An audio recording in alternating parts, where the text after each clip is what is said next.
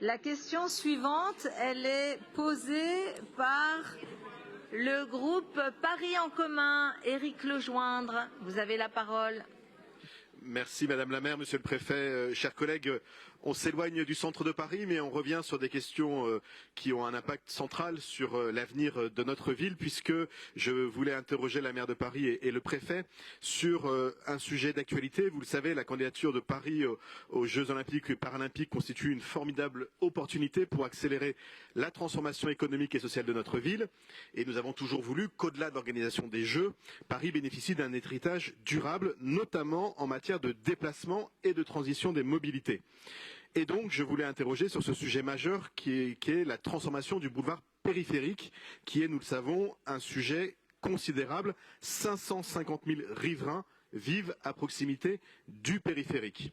C'est un héritage des années 60-70 où on imaginait ces autoroutes urbaines et qu'il fallait adapter la ville à la voiture et non le contraire.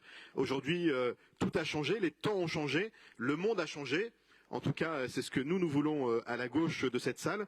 Et donc, il faut que nous engagions cette transformation du périphérique. Vous le savez, pendant les JO et les Jeux paralympiques, la ville et l'État se sont engagés à mettre en œuvre des voies olympiques prioritaires sur le boulevard périphérique et sur les autoroutes franciliennes. Après les Jeux, cette voie a vocation à devenir une voie dédiée au covoiturage et au transport collectif et l'État a d'ailleurs investi 20 millions d'euros d'argent public pour installer les équipements nécessaires au fonctionnement de cette voie réservée pour donc promouvoir le covoiturage et donc lutter contre la pollution aux particules fines, responsable de 8000 décès prématurés chaque année en Île-de-France. 83% des voitures qui circulent sur le périphérique ne transportant d'ailleurs qu'un seul passager. On voit à quel point il est urgent d'évoluer.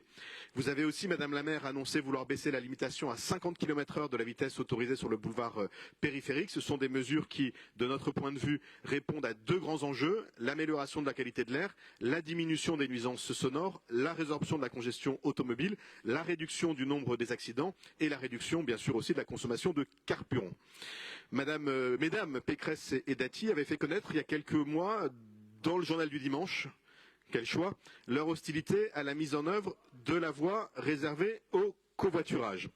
La question qui se pose donc, Madame la maire, est de savoir si vous confirmez votre volonté de mettre en œuvre ces deux mesures que le groupe Paris en commun soutient et appelle de ses vœux, et savoir si Monsieur le préfet est aujourd'hui en capacité de nous faire part de la position de l'État sur ce sujet et de son engagement, de l'engagement de l'État aux côtés des élus parisiens.